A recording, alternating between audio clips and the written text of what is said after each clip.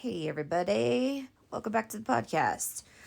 It's been a bit of a interesting week. I had to take some time off because I had some family stuff going on, and I'm back. This is another one of those sort of like impromptu recordings. I have an episode planned out that I've been wanting to do for a couple weeks, and I think it's going to be really good. And that will be coming out soon.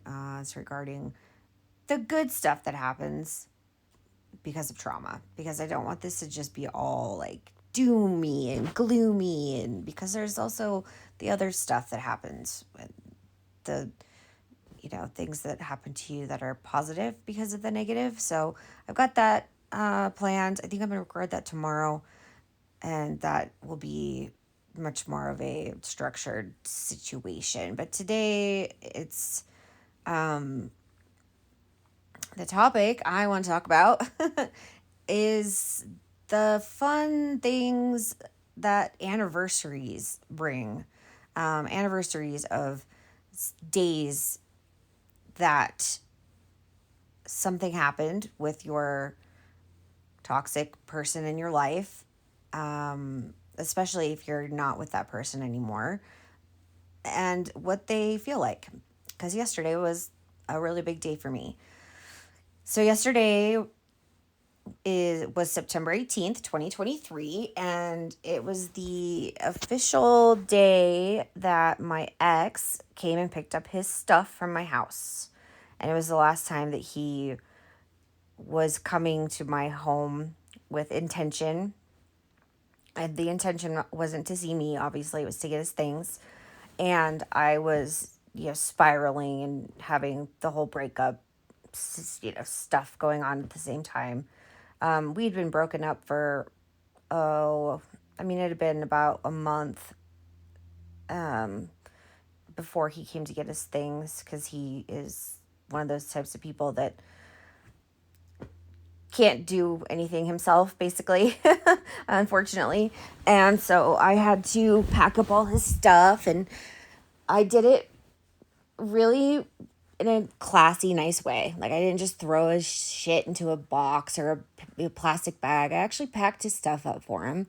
I don't know why, really, but that's just who I am. I don't feel good. I don't like revenge. I don't like vindictiveness. And so I just like to kill him with kindness, right? So I've done all this packing, and my house was like a bomb went off when my ex lived here. He was very messy. He had no respect for my things, my home, or anything. I think I've said this before. And so it took like a lot of time even just to get as much as I could packed. I knew there was still a lot of stuff here. And there was. And there still is stuff here. It's crazy. Like, sometimes I'll just come across something. I'm like, oh my gosh, I cannot believe it. It's like I'm still finding his stuff. Because it would just be everywhere. So, last year, my dad came out to help me because I was really having a hard time. And I was, like, oh my God, how am I going to get this done? I can't be here by myself. And my ex-husband, who is my son's father, I also asked if he could help out and be here as well, because I knew I couldn't even be here. And he was like, no problem, because we're still really good friends. And he supports me, thank goodness, for positive relationships. It's just real quick. Again, it's a really big red flag if somebody only has bad things to say about their exes, because that's just not normal. I don't think. I think that, there's a reason for everything, and sometimes people break up, okay? That doesn't mean you have to hate the person, especially if you have a child with that person. Sometimes you have to lean on that person, even when you're not married or together. And part of getting his stuff out of my house was part of me getting better so I could, keep moving on and being a mom for our kid, which is my main thing. my main purpose in life.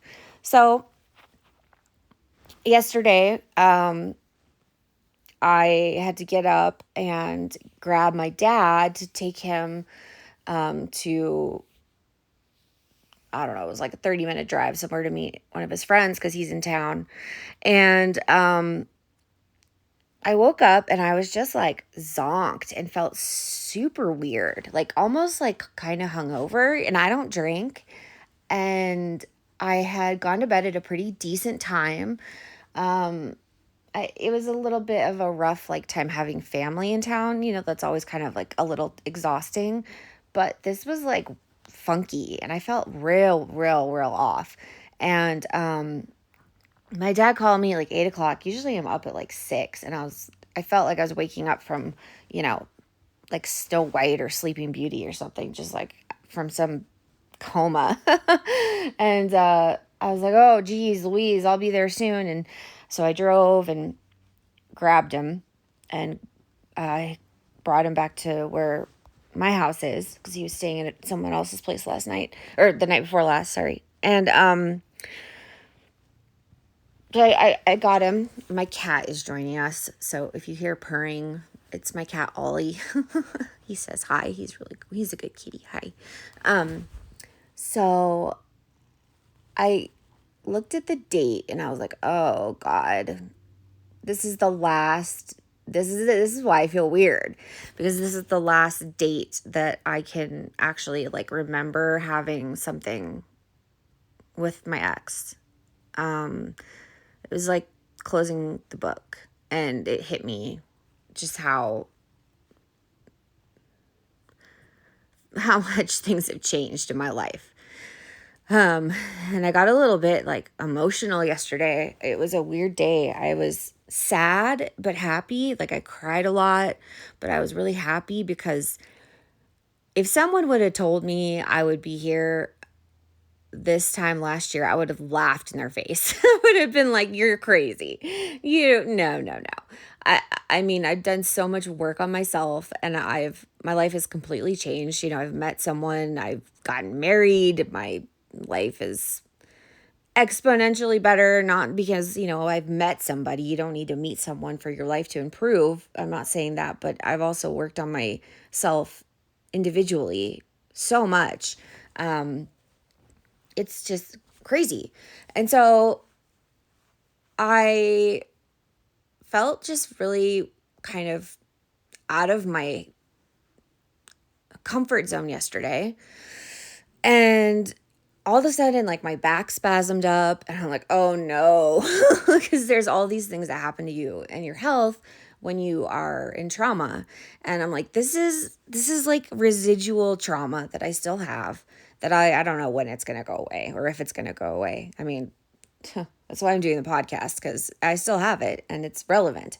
And I was just like, oh, wow, here we go. Like just kind of falling apart, but it felt really good. And I like went outside and kind of leaned up against my car and just stared at the driveway. And I was like, wow, last year this driveway was just full of bins and boxes of his stuff, just waiting to get picked up. And of course, he was very difficult that day. He had, said he'd be here at a certain time. That time came and went. And I just like, okay, I'm putting it because I was going to let him come in the garage and get his stuff. And then I was like, you know what? Nope. I'm just putting it outside. So it'll just be on the curb. So my dad and my ex-husband drug everything outside onto the curb, and I left because I couldn't see it. I turned the doorbell camera off. I did not want to see him. I was freaking out, and I just drove around, and I like parked somewhere and cried, and it was just sort of waiting. And then my dad called, and he's like, okay, they got it. They're gone. The keys are here and everything. And it was like, I felt really empty that day. And I knew I was never going to get closure, knew I was never going to get a goodbye. And at the time, that was really difficult for me to understand. But now I know that that's just how the narcissist operates. You're never going to get a goodbye. You're never going to get like, hey, let's have a final like conversation like you do in most relationships, especially ones of that length. I mean, if you're just dating someone, whatever, but even then, there's oftentimes like at least a conversation, not just I'm out of here, bye in 10 minutes, and then a month later come pick up your things. And I was so accommodating. Like, I got him a storage unit for 2 months. I paid for it. I prepaid for it. I offered to get a rental truck. I packed up all his stuff. He never said thank you for any of that. He blamed me for packing his things up. And I was like, wait a minute. But you broke up with me. And he's like, well, because, yeah, this and that. And then you packed my stuff up. It's like everything I did to try to accommodate him, then he like threw back at me till the very, very end. And I'm also going to talk about another anniversary that happened. I mean, it's not an anniversary. It's my son's birthday. And it was last week. And he emailed me out of nowhere and was saying, happy birthday to my son, that he loves my son, always will, misses him so much. And,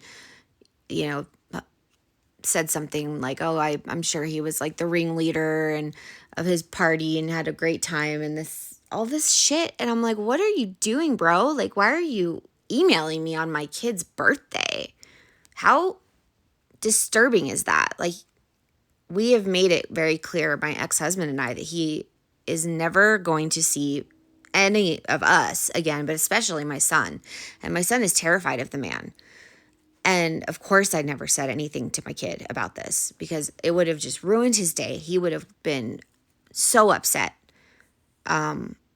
He would have been afraid. Oh my God, is he going to try to find me and wish me happy birthday in person? I mean, he turned 10. He's still so little. He doesn't need to be dealing with these huge grown-up things.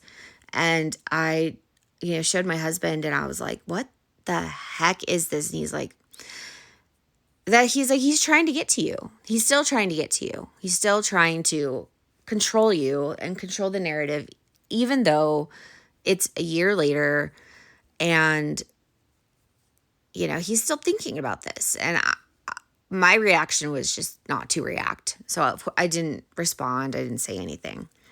And that's what you have to do. You have to just not respond. And I just reflected on a lot of things. This was a kind of 2-punch week where there was my kid's birthday and then the anniversary of him leaving for good. And it was not the best, but it was also really great. Like I woke up today and I'm kind of now just getting back into my mode of life because my family just took off. We have more family coming in this weekend, and then I leave for a week coming up here. So I have a lot to catch up on. And yesterday I was going to do some of that, and I just couldn't do it. I couldn't do it. And today I woke up and I felt good. Like, I feel like it's really over. I don't know if that makes any sense. I mean, I feel like it's been a year now and the book is like finally closed and I don't have to worry about any other dates or anniversaries or significant, symbolic things that I haven't already been through this year. Reflecting on those days and times and events of being with my ex. It's pretty cool. So I don't know if any of you guys have ever experienced that, but they can be hard. The anniversary stuff can be really hard. When I do my crisis counseling, there are a lot of people who reach out on anniversaries of things like deaths of their friends or loved ones or things like this, relationships. And it can create a trigger and kind of put you back in time into that place. It's It correlates with complex PTSD, and sometimes I would have flashbacks, like where I'd feel like I was actually there in that moment again. The flashbacks aren't as intense as they were, but I'd had a horrible dream the night before, and now I know why. So it's a real thing, and you shouldn't feel bad about it. I know that a lot of people feel guilty. They're like, why do I still feel this way after so long? It's like, well, because, man, you had trauma, and these pathways in your brain, they take time to change. It's like a river, and it takes time for that river to reroute itself, to erode, into a new route, so the water can flow a different way. It can go to a different place. That's like what a neural pathway is. It's like an erosion, and it takes time for that to happen. So it's not just going to go away and dry up after X amount of time. It's going to take time.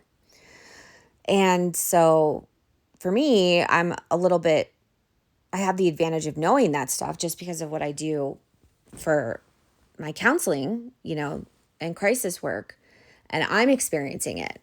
And it's good that I'm experiencing it. It's not a bad thing. It's a good thing to feel this. Like, don't push this away.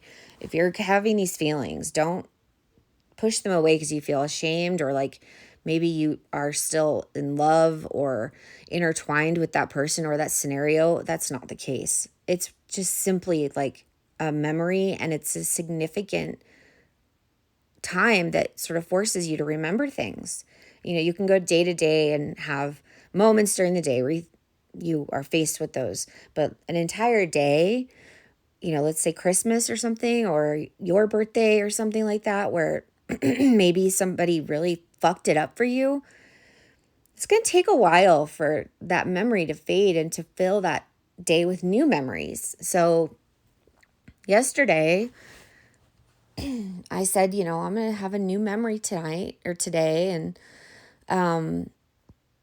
my new memory was, we all decided to just, it was very simple. It's not like I had to have a new experience. I just needed a new memory. And so we usually have movie night, but we usually do it Tuesday nights because they have, like, I don't know if you know what Papa Murphy's is. It's like this pizza place where you take and bake your own pizza, and Tuesdays are like, $10 pizzas. It's kind of a big thing. So we usually get pizza and do movie night on Tuesday nights. But we decided to do it last night, and my son and my husband and I were all snuggled up in bed watching the second half of Edward Scissorhands. Oh my gosh, that is a tongue twister. Edward Scissorhands. And then there's this show on Apple TV. It's an Apple original. It's called Earth at Night. It's gorgeous. Totally recommend it. If you're feeling like crap and you have Apple TV, watch it. It's so good.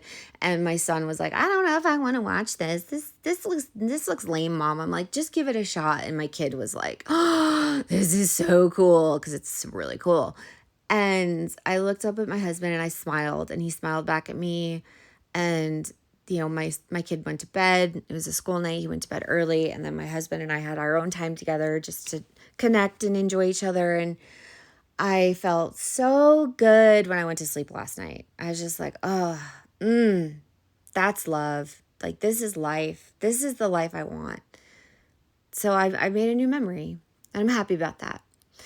So that's all I'm going to say. If you can just do anything that makes you feel good on a day like that, do it. You don't have to tell anybody about it. You don't have to judge yourself for what it is. You can, indulge in something. Do whatever you want.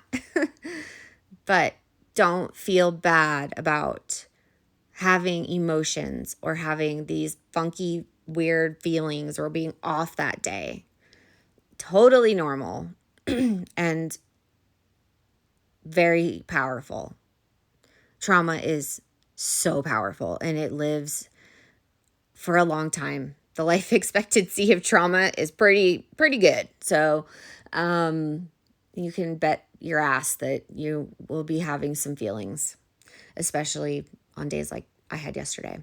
So I'm not doing any show notes today or intro or anything like that. I'm just going to throw this up because I haven't put anything up in a while, and just wanted to let you guys know we're still working. We're still doing everything. We're planning some really good episodes, excuse me, with other people. And again, please reach out if you want to be on the show and talk to us. I am getting back to my correspondence, and I am so dedicated to this project. This is so important for me. So I want to make it important for others as well. And if that's by using our platform, I'm totally supporting that 100%.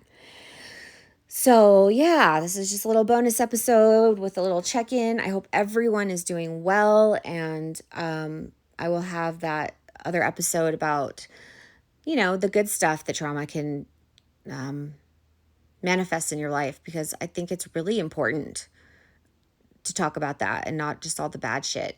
So, you have a good day, everybody. And I'll be back in touch soon. And I know Mr. Trauma has some things he's working on. So we'll both be back up here very soon. But just remember, if you have a day like that, take care of yourself. Self-care day. Don't let anyone make you feel bad for maybe being off, or just, I know I felt just a little angsty yesterday. I felt a little like funky and not myself. So I noticed my temper was a little bit shorter than normal. So yeah, be aware of your feelings and don't stuff them away. Feel them and do something good. Okay. Well, with so much love, I'm checking out, and have a great day. Take care.